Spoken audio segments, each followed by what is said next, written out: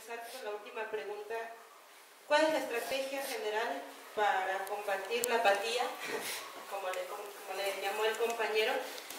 En primer lugar es no entenderla como una apatía voluntaria, ¿no?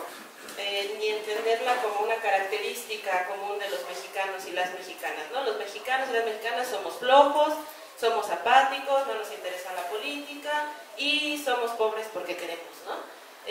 En primer lugar es entender toda esa situación que configura una situación emocional, incluso específica, ante esta crisis que se está viviendo, de un montón de situaciones, ¿no?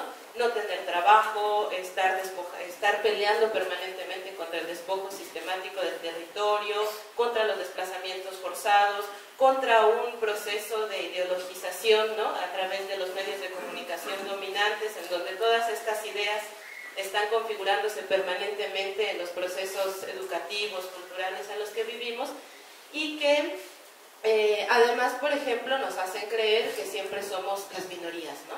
Esto que un poco reivindica la constituyente de hablar de las mayorías nacionales, de las clases nacionales, significa dejar de pensar, por ejemplo, que las mujeres, aún siendo un poco más de la mitad de la población en México, somos una minoría, ¿no? Dejar de pensar que los indígenas y las indígenas, a pesar de que son el 80% de la población mexicana o más, son minoría. O sea, dejar de pensar en esos términos consensuados a partir de un sistema específico y reconstruir estas nuevas conceptualizaciones desde nosotros, ¿no?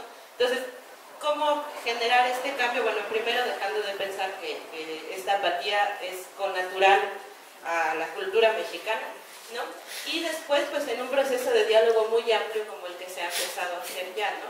Este proceso de territorialización de la constituyente ciudadana en particular, pero la serie de movimientos que se han llevado a cabo en México dan cuenta no solamente de que el pueblo mexicano no es apático, ¿no? Sino que es muy trabajador y es una lucha permanente por una resistencia de su identidad y su dignidad nacional, ¿no? A pesar de todos los embates permanentes que se han dado en contra de nosotros y nosotras, todavía siguen existiendo elementos culturales, políticos y sociales que reivindican esta identidad nacional, por así decirlo. Entonces, un poco lo que se hace y que el compañero Raúl Vera hace mucho énfasis, es cómo vamos a construir todo esto, pues con diálogo, ¿no? El diálogo quiere decir escuchándonos también, ¿no? No es un poco también responde la siguiente pregunta, en la que seguramente Marcos ahondará más, no cerrándonos en nuestras propias ideologías o en nuestras propias ideas o en lo que creemos debe de ser de una manera y no de otra, incluso siendo como abogados en esta idea permanente del deber ser, ¿no? No debe de ser así, es lo que tenemos y lo que tenemos que escuchar unos de otros para poder construir esta nueva refundación nacional, en el caso específico de la constituyente, pero también para ir generando procesos de autoconciencia, ¿no? A través del diálogo, en donde las personas se den cuenta no solamente de que viven una crisis, digamos, creo que todos se dan cuenta, ¿no? Sino de que hay otras personas que también la viven a lo mejor de una manera distinta, que también la están sufriendo, que también la están batallando y que de manera solidaria se puede convocar a hacer una nueva formación, una nueva reconstrucción social, por así decirlo, ¿no?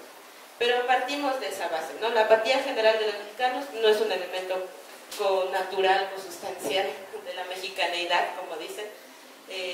Por ejemplo, no es que seamos flojos, ¿no? Somos el país que más trabajamos. Hay todo un sistema que apacigua ese tipo de situaciones.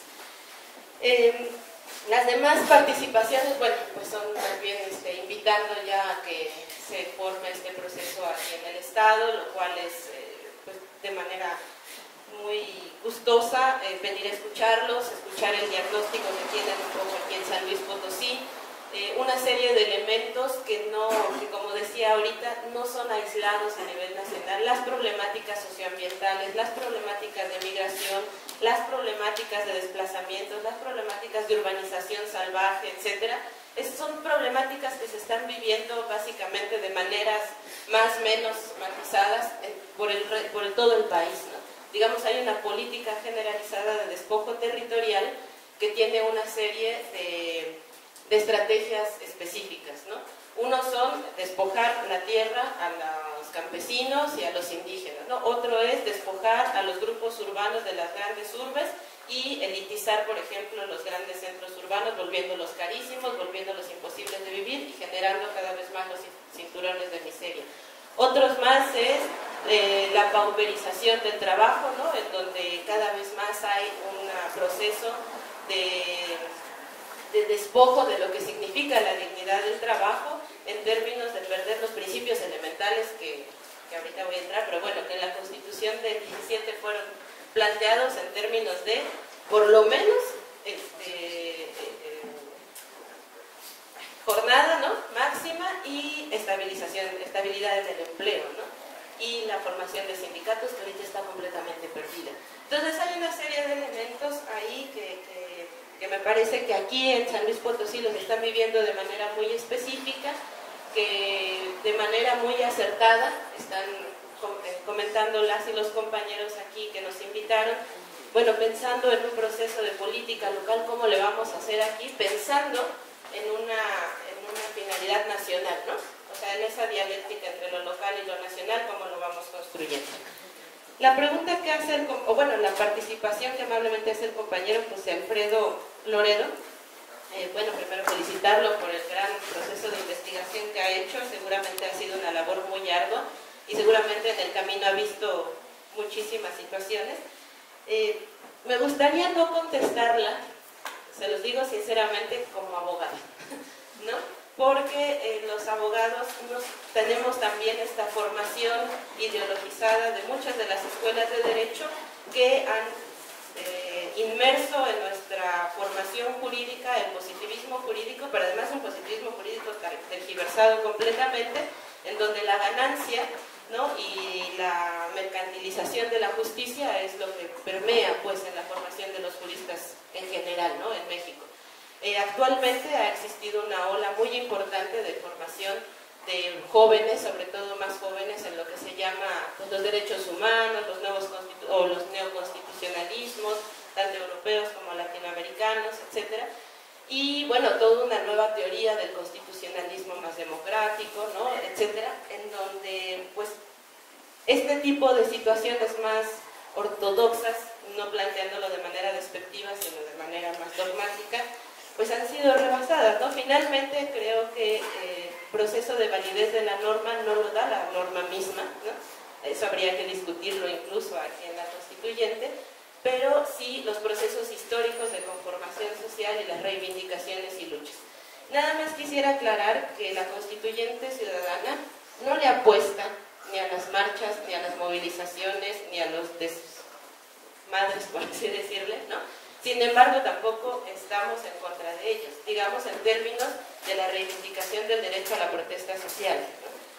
Justamente uno de los análisis que se hace de esta crisis es que el enemigo ahora ya no son, digamos, grupos sociales aislados, ¿no?, que tenían una acción concreta o una acción directa. El enemigo ahora es cualquiera de nosotros que estemos un poco en contra de lo que plantea el sistema, ¿no? Entonces todos somos enemigos comunes y cualquier elemento de participación medianamente contrario a lo que ellos plantean como un sistema hegemónico no significa ser violadores de la ley, ¿no? Entonces ahí, digamos, de cualquier manera la legislación entra en crisis, ¿no?, incluso esta propia legislación del 17, y por eso cuando planteamos la nueva Constituyente Ciudadana en estos términos, no partimos de la reivindicación de la Constitución del 17, pero sí partimos de ahí como una base mínima de lo que ha ido formando a lo largo de 100 años lo que es el Estado, la nación, el gobierno y las instituciones mexicanas. Buenas, malas, nos guste o no, esas ahí han estado. También partimos de que la Constitución del 17 surge de un proceso revolucionario, pero no nada más, sino de un proceso histórico muy importante, en donde se conforma, no solamente en México, sino a nivel mundial, lo que sería el constitucionalismo social, ¿no? Reivindicando grandes logros sociales, más que nacionales, que tienen un carácter mundial, incluso humanitario, ¿no? Entonces, a mí me gustaría, bueno, pues vamos a leer el material, por supuesto, con demás compañeros, también aprovechando mi participación, porque no tengo mucho tiempo para la otra. Una situación que en particular he visto aquí en San Luis Potosí, es la participación de muchas y muchos abogados, sobre todo que están en esta nueva, digamos, fase, no sé cómo decirlo, en esta nueva ola de derechos, en esta nueva forma de analizar la construcción de los derechos desde lo popular, desde la ciudadanía, desde las necesidades, lo cual sin duda en este proceso de la constituyente ciudadana será una aportación muy importante, porque pensar la construcción de los derechos desde las necesidades, que fue uno de los grandes vertientes o de las grandes lecciones que dejó el TPP en México, escuchar a las víctimas, construir sus propios casos y escucharlas decir que incluso los derechos que estaban, todos los derechos que estaban en la Constitución, incluidos todos los derechos contenidos en tratados internacionales, no alcanzaba para reivindicar las injusticias que habían sufrido, ¿no?